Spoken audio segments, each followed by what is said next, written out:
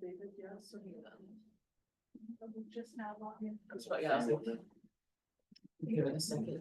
There we go. Oh, there he is. David. All right, so it sounds like, and I heard Blake a second ago, so it sounds like we do have a quorum, all right? I don't think David can hear us yet. David, can you hear us? Oh, good. Okay, good, all right, good. There we go. Okay. All right, good evening, welcome to the June 18th, 2025 regular board work session of the Gresham-Barlow Board of Education. I will do a quick roll call.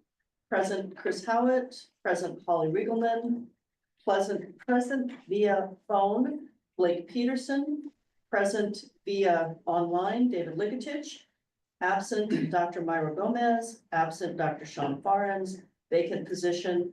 We do have a quorum. Also in attendance is John Cook, interim superintendent. So with that, Holly, you and I are going to be making a lot of the motions tonight. So would you like to make a motion to approve the meeting I agenda? would. Move to approve the meeting agenda as presented. And I'll go ahead and second it just for ease of doing this, since we have two people online. Any discussion about the agenda, and just knowing that because we have limited in-room conversation, some of our conversation items we may have to push to another night. So we're gonna take care of the action items first, see how far we get, and then move on to that. So with that, motion has been made to approve the agenda as presented. I didn't see any discussion from David, Blake, any discussion from you? Okay, okay, all those in favor? Aye. Aye. All right, thank you. All right, thank you, David.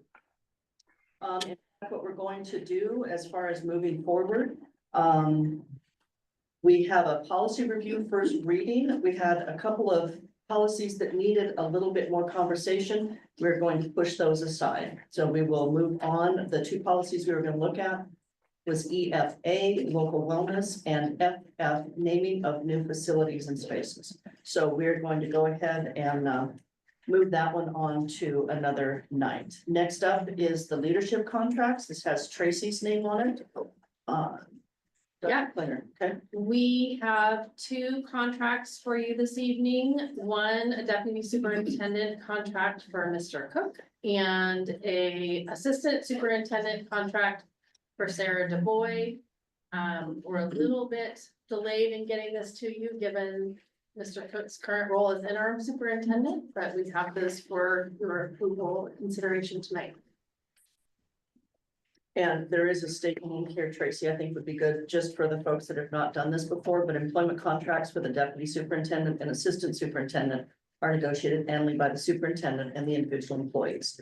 These negotiations are independent of the collective bargaining process in place for the district employee associations. So we'll read it for you. Thank you. All right. So we have two, and they were in our packet, and I don't know if there were any questions about it. But it is an action item. Holly. We'd like to have a question, or you just looking? No, I was just looking. Okay, David, did you have a question about it? Okay, no shakes from David. All right, and how about you, Blake? Yeah, I don't have any questions about it. Okay, and just Holly's double checking. Yeah, ready for a motion? Yep, okay. I move to approve the list of licensed new No, hires. no. Oh, wrong. Sorry, wrong one. The One PhD above. contracts, the Yep, one right above. There we go. Sorry, got ahead of myself. That's okay. Make that back. I move to approve the leadership contracts for the deputy superintendent as presented. Moved by Holly, seconded by Chris. Any further discussion on those? All right, seeing No. David. All those in favor signify by saying aye. Aye. Yep, I saw the hand raised and I heard Blake, so thank you. Next up, let's see, it has Angela's name on it, but you're handling it tonight. Personnel report employee contracts. This is an action item. Yep, there are contracts for some of our new licensed staff members to fill some vacancies that we had, so that's included. We also have some administrative new hires that are really replacements for current positions. Michelle Cook will be continuing with us. And actually the FTE on there is incorrect. It should be 0.7. 0.7, yes. We also have two administrators filling some of the finance department openings that we've had with some of the movement that we've had. So now our administrative hiring for finance department is complete. We do have some accounting assistant positions to still fill in our finance department. And we also have a promotion for Heidi Lasher on there, promoting her to executive director of teaching and learning, take my spot in facilitating our instructional leadership. I won't be able to do that. All right. All right. So this is another action item. Ready? Yep. I move to approve the list of licensed new hires for 2025-26 recommended for hire and administrator new hires for 2025-26 recommended for hire. Moved by Holly, seconded by Chris. David, any discussion on this one? Okay, sure. No.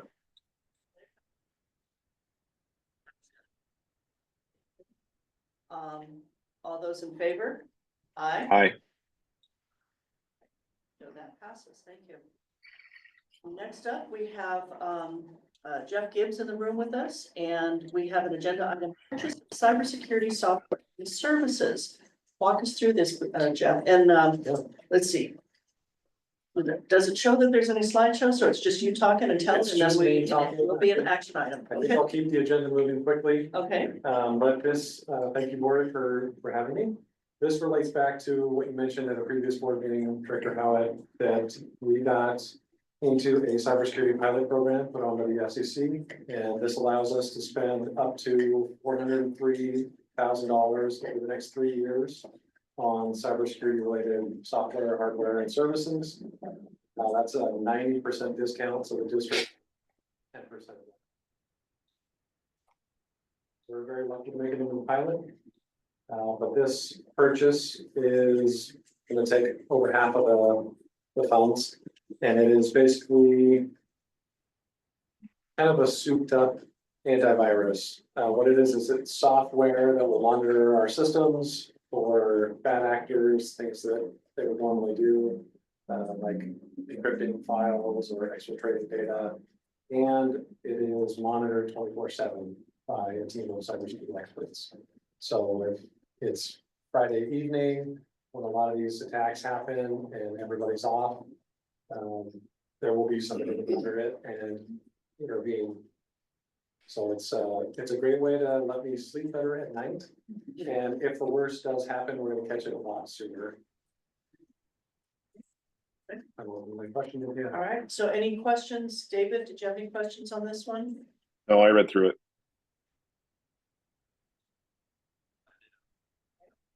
All right, thank you. Then I will move to approve the purchase of software and services from Technicon. That's correct, not just $173,542.40 over 3 years. Second. Second. Oh, sorry. Oh, Lee good got it. job. Right. Not in there. Right, I was looking at the. Yeah, Did yeah. you hear his last comment? You all can ignore him. And so it has been moved by Holly, seconded by Blake, to approve the purchase of software and services from Technigan not to exceed the amount of $273,542.40 over 3 years. Any further discussion on this? Just a second, guys. Can you hear me? Yes. When I talk, for some reason, it goes silent for about 2 seconds. So I'm going to do nods so I can hear what's going on. We're watching nods and shakes and hands up, and I'm looking at all that stuff. So yes, okay. So those in favor, if there's no discussion, all those in favor? Aye. Aye. All right, so we show that as unanimous. So that'll it's starting undergone and it'll just continue to work its way in and you'll give us updates on that, right? Yep. Okay, thank you. Next up, we have another action item, Dr. Collins and the Oregon Comprehensive Literary State Development Grant. Yes, so I'm just gonna read through the description, and if there are any questions, I'll take those, so I'll keep this fairly short and brief as well. So the Oregon Comprehensive Literacy State Development Grant is a 5-year grant. It's $57.9 million, funded by the federal government. It's aimed at boosting literacy skills for children from birth through grade 12 across Oregon. The Gresham-Barlow School District is eligible to apply for $979,052 of the state allotment. The grant specifically targets disadvantaged students, including those in poverty, English language learners, and students with disabilities. So starting in the summer of 2025, the Oregon Department of Education will award competitive sub-grants to school districts, and the funds must be used to support the following initiatives: professional development for educators, high dosage tutoring and extended learning opportunities, implementation of high quality evidence-based literacy curriculum, hiring literacy coaches and specialists, developing the local literacy plans. So the funds are allocated across the grade bands in the following way: 16% of the funds have to be spent on birth to pre-K, 42% of the funds have to be spent in grades K through 5, and then 42% of the funds have to be spent in grades 6 through 12. Districts must apply through the Oregon competitive process of the grant portal with grants due by June 30th. The grant offers a significant chance for the Gresham-Barlow School District to strengthen its literacy programs and improve outcomes for all students, especially those most in need. So a couple of pieces on this. The grant came out in May, and the state said it's due by June 30th. So we've been rapidly getting feedback from teachers, from administrators, from literacy coaches, to put the grants together. The grant itself, even though it's a 5-year grant, this is year number 1 right now. So it's in essence 5 years of funding spread over the next 4 years. And really our goal is to supplement the early literacy grant funds that are focused on grades K through 3 and expand those offerings into grades 3 through 5, and then also in the secondary level, grades 6 through 12. And also, as you noticed, 16% of the funding has to go through pre-K. So looking at how do we also start to look at our preschool programs and how do those align with our kindergarten transitions. And so it's really looking at literacy from a pre-K through grade 12 lens or framework. There's the attachment is from ODE specifically, just as a summary and an overview of the grant itself. In terms of there are must-dos within the grant, there are options to do within the grant. And so that additional documentation outlines the must-dos versus the can-dos within the grant itself. And just a general, because it has birth to kindergarten. So how are we tracking, how do we engage with families and students that are not students yet? Yes, so with the grant itself, they requested districts partner with preschool programs specifically. So even though it says from birth through pre-K, the grant itself is mostly focused on preschool type programs. So for us, it's that early childhood program at Gresham that allows us to use that 16%. With that, there are some components that are required that we don't currently have within our pre-K program. So for example, there's an assessment that this grant requires that we don't currently use with our pre-K programs yet. So a significant portion of the funding will go towards purchasing that required assessment and to train our staff in that particular tool. So this actually does say birth to kindergarten, not birth to pre-K. Should it be pre-K? Well, it's birth, that kindergarten is kind of that transition year. So that line is a little bit fuzzy. So Okay. birth to kindergarten. Can't be used for kindergarten, Yes. it needs to be used for. Mhm. Correct. Can support kindergarten transition. Yeah, like Yeah.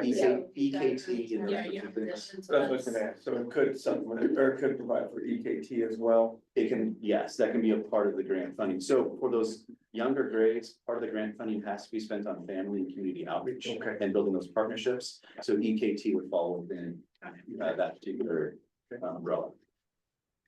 And overall, there's not a lot that's really new about this grant, and kind of correct me if I I'm will. not. It's really enables us to continue some things like EKT that we were unlikely to be able to fund ourselves. Or to enhance some of the work that we're already doing, especially thinking about kind of those middle grades in middle school. We have Measure 98 that really, supports 8th through 12th grade, and we have early literacy that's really K3. We have some middle grades that don't have the same level of grant support. And to piggyback on that, because it's from pre-K all the way through grade 12. So it's a little shy of $1 million spread over 4 years. When you start to divvy that up, it starts to go really fast. So what it's gonna allow us to do and what the grant asks us to do is to grade that funding with like targeted school improvement funds and the early literacy grant and with Measure 98. So it's really thinking about how do we augment the programs that we currently have in place and elevate the work that's already happening in the district as opposed to trying to bring on something brand new. Okay. So what we're requesting is your approval in submitting our application for the grant. It is a competitive grant, so we will They to see. Yes, So we don't have to include the money part, it's just the ability to submit the application that says we're interested in having some. yes, right. And just to give you a little bit of a sense of where we are in the competitive process. So the state of Oregon listed out the top 100 school districts in terms of need. Number 1 being the most in need, number 100 being the least. We're number 13 in terms of eligibility and meeting the need-based requirements. Half of the grant eligibility is based on that list of 1 to 100. So we're already halfway there in terms of eligibility as far as the submission process is concerned. No questions for me? All right, any questions from you, David? No, all right, Blake, Not for me. okay. Want me to, I'll do this one. I'll move to approve the administration to submit a grant application for the Oregon Comprehensive Literacy State Development Grant. Second. Been moved by Chris, seconded by Holly, because Blake didn't get in there in time. To approve the administration to submit a grant application for the Oregon Comprehensive Literacy State Development Grant. Any further discussion? Seeing none, Blake, no? All right, all those in favor? Aye, Aye. thank you. And I didn't catch you. There we go, thank you. All right, so that passes and we'll get updates, et cetera, from this one as well. Yep. Okay, We should know by August if the grant has been approved. okay. And then you are up again for number 9, comprehensive sex education plan. I will read the description, and Sarah, are you able to do the slideshow for us? So while you're queuing that up, I will go and read the description. The state of Oregon requires that school districts review and update their comprehensive sexual health education plan biennially to ensure that education plans are scientifically accurate and reflect educational best practices. The OAR is listed there. In the spring of 2024, the Gresham-Barlow School Board approved an update to the comprehensive sexual education health plan that included minor revisions to a plan originally approved in the fall of 2021. The state of Oregon adopted new health science standards in October 2023 with a list of approved health curriculum materials released in the fall of 2024. The Gresham-Barlow School District adopted new health curriculum materials in the spring of 2025, just a few weeks back. Concurrent with the process of identifying new health curriculum materials, a group of health teachers, educators, and community members met to update the comprehensive sexual health education plan. The updated comprehensive sexual health education plan is being presented to the board for approval tonight. So with that, Heidi and I are going to walk through just a brief overview of the process and also give you a chance to see what the committee came up with as far as the plan and also how we plan to make sure the community is informed in terms of next steps. So Heidi. So the board condition this is aligned with is achievement.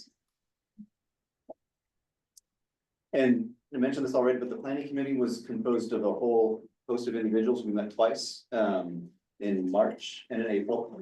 So we had parents, elementary teachers, secondary teachers, administrators, some EAs, administrators, directors, coaches.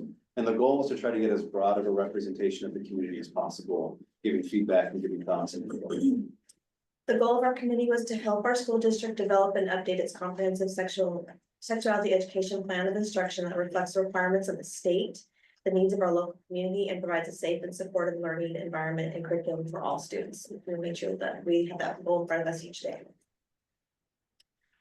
So as far as the agenda, we spent 2 nights going through the agenda. We spent the first part of the night of the first evening talking about the state laws and policies. A lot of this is actually directed by statute, what has to be included in the plan. So there isn't a lot of wiggle room. So we spent time going through not only state policies, but also board policies as well that are based on them. So we spent time reviewing those. We engaged community and district stakeholders in the process of thinking through how do these get implemented within our community. And then from there, we reviewed the plan of instruction in terms of the scope and sequence. And then finally put a website in place to make sure that all of those materials and resources are readily available for the community to review and access. Next slide. We reviewed the Oregon Sexuality Education Plan policy key terms and made sure that everybody understood these terms: age appropriate, culturally inclusive, medically accurate, inclusive materials, positive family communication involvement, and shame or not being shame or fear-based. So as far as the review, we wanted to make sure the committee looked both at the OARs and the ORSs, the revised statutes and administrative rules, And we wanted to see how they connected to current board policies that we have in place right now. So like I said, that first night was a lot of just reviewing what is currently required by law and by statute, and also by board policy as it reflects how those are implemented here within the Gresham-Barlow School District. So we did a time where each group was taking a look at board policies and statutes, brought them back to the team, and did kind of a jigsaw activity review this particular components. We also reviewed our scope and sequence of our sexual education standards and the lessons that they're aligned with at the elementary level. This is, you'll be able to look at that more closely in our attachment that we have at the end of the slide deck. Yes. And for middle school, Yep, same for middle school and same for high school. Again, these documents are going to be fully available online. We want the community and family members to know exactly where these lessons will show up inside the health curriculum and where those experiences will take place within the scope and sequence for their kids, whether it's middle school or high school. so given. Go ahead, next slide. Given the laws and policies, the curriculum and the standards, we wanted to be really clear about what the goal of the committee was and what we would be working on with the group. So we focused on after they reviewed all the standards and the laws, we focused on the reviewing the parental opt-out policy and the opt-out policy procedures. They curated ideas about ways to address community engagement and communication, created an FAQs page for our community, reviewed the overall plan and provided feedback. And they decided how to make the GBSD plan more accessible to our community. And on this, one of the things that I thought was really insightful from our parents specifically as an example, for the opt-out letters that you reviewed back in 2024, they were very wordy and very lengthy. And one of the feedback from our parent participants in the committee, they said, look, make these a lot shorter, take out a lot of the educational ease that's a part of these letters, and make it really clear what you're trying to say, because it almost feels like you're trying to hide what you're trying to say with all of the words. So they said, make them shorter, make them more concise. And so the parent feedback was tremendously helpful and beneficial. And same thing with the FAQs, talking about here's the things that we're hearing in our community that people have questions about, and making sure we can address those questions on the website was part of what our community did. And a way to make it more accessible, we showed them some websites from other districts so that instead of looking at a long PDF document, that they could look at a clickable website. So Kenya, the administrative assistant to communications, created a sandbox website for us with our draft plan that you can click in. I think it's linkable in the document. It's linked in the slideshow. You should be able to. That is not up yet live. It's pending approval. Okay, And are you able to click on the link in the As slideshow? long as I confirm it's a safe site. I did push confirm, Jeff, so there you go. this is it. Yeah, that's it. Yeah. Okay, Yes. So all components in here, you can see how we have the community message, the standards, lessons by grade, so they can see what lessons are covered, the laws and policies, Aaron's Law, and then the opt-out letter, which is a Google form. So if you utilize the opt-out letter through the website, you would complete a Google form. And with the opt-out, it'll go home and print. So parents can turn a paper copy in if they wish. They can go onto the website and log in that way, fill the opt-out that way if they wish. We tried to model it after the opt-out process that we use for state testing. So for state testing, you can do a paper form, you can do an online electronic form. So just trying to kind of provide more options and opportunities. As far as the electronic form goes, this will be the place that parents fill out a paper form. We'll put it in the electronic form for them, because what it allows us to do is as soon as the form comes in, it will distribute the form to the different elementary schools where a student might be attending, and it keeps it in the database for us. Just as reference, even though these need to be updated year by year. It allows us to keep track of those forms as they come in. And a huge shout out to Kenya. She, our website needs to be accessible, so she couldn't upload any PDFs. She had to retype and recreate everything within the website so that it's accessible. And it looks like opt-outs are in multiple languages. Yes, Awesome. that is correct. Yep. And the website itself can be translated into other languages besides what you see for the opt-out specifically. So because they're in a Google form, so the ones that are translated will translate beautifully because they're done with the native speakers. The other languages available within Google Chrome, you can translate into those as well since it's a Google form. The translations can be clunky at times if you're going into those other languages that aren't as common with the opt-out. can be translated on the fly. And our FAQs include the GBSD FAQs, which the group came up with, Tim was talking about, and then also the ODE FAQs that they have on their webpage.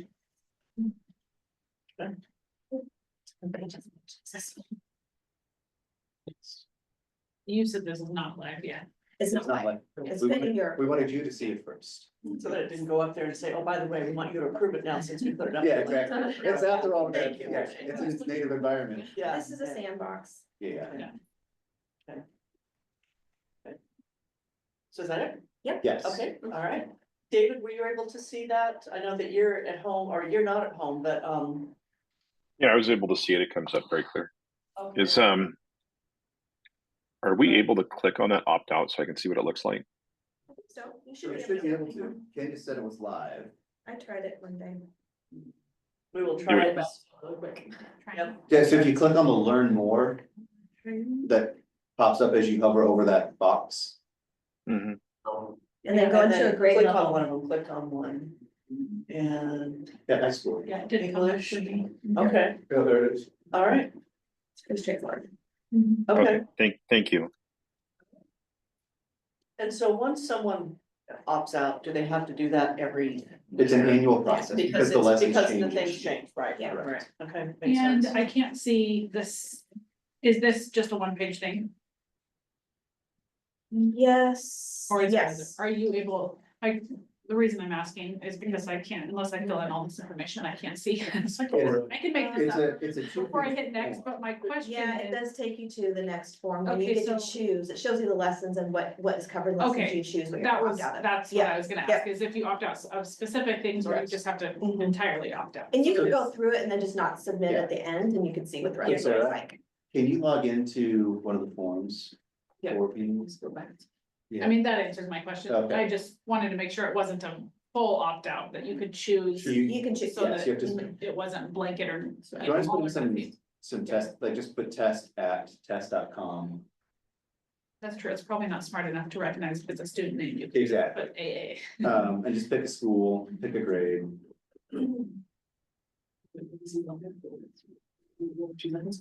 Yes. So I do have a question. Yeah, Okay, When a student opts out, if they opt out of the entire program, what are they doing during that time? And then second question, if they opt out for certain segments, is the teacher saying, okay, during this segment, you need to go out in the hall? Like, how does that work? typically it's, you'll go to the library with alternative lessons, buildings have places set up for that, and so it depends on the building and the level of the kid. Of what they will do, or what they can do, because you need supervision too. Middle school and high school, typically a library with alternative assignments. And usually what we try to avoid is that whole, come into the classroom, the teacher goes, oh, wait, you're not supposed to be here, please, right? So they usually Yeah. try with the students in advance to go, okay, for these next 3 days, go ahead to the library, the librarian or the assistant in there will take roll for me. So they have something usually set up, like what John said, to protect the confidentiality of the student as well. We don't want to call students out or make them. Used to be more embarrassing, now they all talk about it, so. It's like, Yeah, my I friend- I just wanted to know that it's not embarrassing, number one, and number two, that if the parent is opted out, that there's an actual process to ensure that that child has not received the Yes. information. And yes, in this form, now that I see it, because it's the first time I've seen it, I think it'll make it even easier for principals and teachers to manage. Yes. With that, we do encourage, as a part of the parent letter that will go home in the physical print form, is really encouraging parents to communicate with teachers. And that way, if they are opting out, that they're communicating that with the teacher so that there's communication as opposed to just fill out the form anonymously or in the background. We want teachers and parents to have those conversations so that the teachers, oh, that's right, and making plans in advance. Because the idea is to promote collaboration in this process. And they'll still receive the opt-out form. Yes. Just so that it's accessible when you're in the website. And also to make it easier to find, so at the high school level, if you switch, let's say, to a different health teacher. Health is only one semester, so that's not gonna be a problem. But by having it electronic, more people have access to it from the teaching standpoint to go, okay. You don't have to trust your kid to take it back to class I either, agree. so. I can appreciate that. Then I can't believe you would question that. Director Brigham. alright, So any other Realistic. questions about this?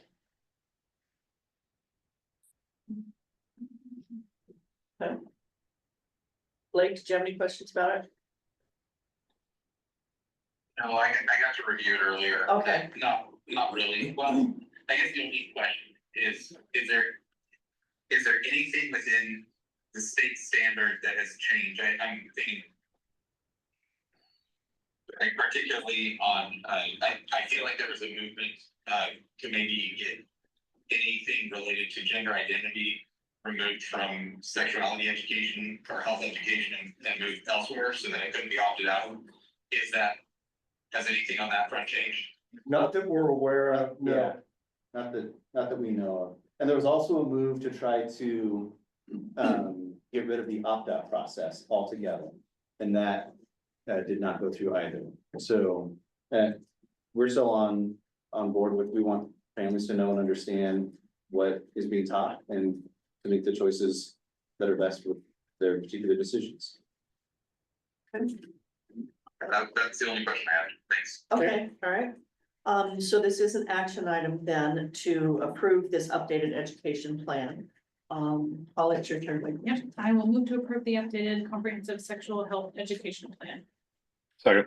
All right, so it's been moved by Holly, Good job. seconded by David to approve the updated comprehensive sexual health education plan. Is there any further discussion? Hearing, seeing none, all those in favor? Aye.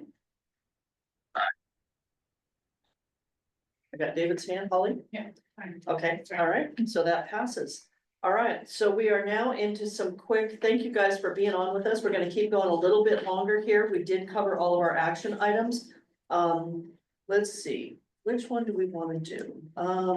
Information, we've got the OSBA Summer Board Conference coming up. It's not an overnight event, it's in Salem. Let Sarah know if you're interested in attending that. Superintendent, upcoming travel. We have a note from Dr. Klinger about your upcoming travel. I did yeah, so there's a draft attached. The only thing that I just want the board to be aware of is many of the items on there are related to COSA's year one superintendent program. And so I do need to register for that sooner than later. So if there's Okay, anything I need to know about that, otherwise I'm gonna plan on okay. moving forward with that. And then, helps remind us sometimes. We see it at the Yeah. beginning of the year, and then it's like, where did she go? It's April. Where is she? Yeah. Okay. We've all been right. asking that for a while. I know. All right, so that's information. It is in our packet. Next up, we got the Gresham Civic Downtown urban renewal plan, and we had a little brief at that at the meeting, and what we were wondering about tonight, Dennis is not here. It was gonna be John and Tracy presenting, and whether or not we would move this to part of our July 2nd meeting. I would recommend to the board to move it because it's gonna require some in-depth conversation and input from all of you. It's a comprehensive document. We've got some ideas for what we would like to advocate for. So having everybody in the same spot, I think, is a better way to go. Okay. I briefly looked through it and it's Here's a lot. lengthy, so Yeah, I I'd like to agree, know which in-person parts. discussion will the be a lot next. easier. So we'll go ahead on, that item number 12, we will move that to our July 2nd meeting, only because if people wanted to make, or the district as a whole, I'm not sure, it just says the district may provide, Yep. so, I'm not quite sure how that works. Not in all seriousness, not speaking for the future superintendent, the district does have some ideas that we Okay. would like to forward, so Okay. I'd recommend that we author it on your behalf with your approval. Okay, so, and that deadline for that is July 10th, so we would Would want to it be make more sure. appropriate to do a work session prior to the July meeting, or do we want to do it at a business meeting? Good question. What would be more appropriate? I don't know if we have a work session. If we did a work session before the business meeting in July, would that work? Yeah, Yep. we don't have one now, but it Right. could be. Because we typically don't have anything, but this is kind of an unusual circumstance, so we can With absolutely the have. deadline that we don't have another work session in July, so. No, because that's it, that's our one meeting, so, and that makes more sense, then we can have a little bit And we'll more. have 2 new board members, so I just feel like that might be a little easier to Okay, navigate. um. because we would have the work session before the business meeting, do we have two new board members if they haven't been sworn in yet? I mean, we could swear them in at the work session. And then The business celebrate it is less- again, yeah, You know, it's less public. but we'll do it again at the Celebrate them. business meeting, we'll say. Yeah, but they could take the oath of office at the work session instead. Cause otherwise they would be Yeah, just there I just, hearing, we can but they're hand not them really their having. certificates at the business meeting. So Well, they've already. And the other piece of that, even though it feels a little backward, is that we still would have 4 in a work session next week, and Yeah. as a- I think having more brains in the room talking about it is important. Five. Next week. But, Well, oh, Sean will be here, you're right, there'd Yeah. be 5, you're right. even if we didn't have the new board members sworn in, we would still have Mhm. 5 as opposed to Right, 2 in right, person. right, right, okay, so we will put in a work session at the July 2nd meeting. Make sure that we have some time for this, and then however it is that we decide to make a statement, we can do that either as part of the work session or move that into the business meeting. Okay, I'm looking at my calendar. Do we have something else before the July 2nd work session? we do No. not. Okay, This- okay. this is Would be tonight, adding, yeah. And certainly the new board members can be invited to however we want to do it. Yeah. You know, if they want to be sworn in so they can have conversation versus just see the process, either way, okay? All right, board book overview and training, Sarah was gonna go over some of it with us. I have all all these these notes, but. Yeah, I would recommend not having it tonight. with No, Two board members no. in person. no, and I don't have my device because I couldn't get logged into it.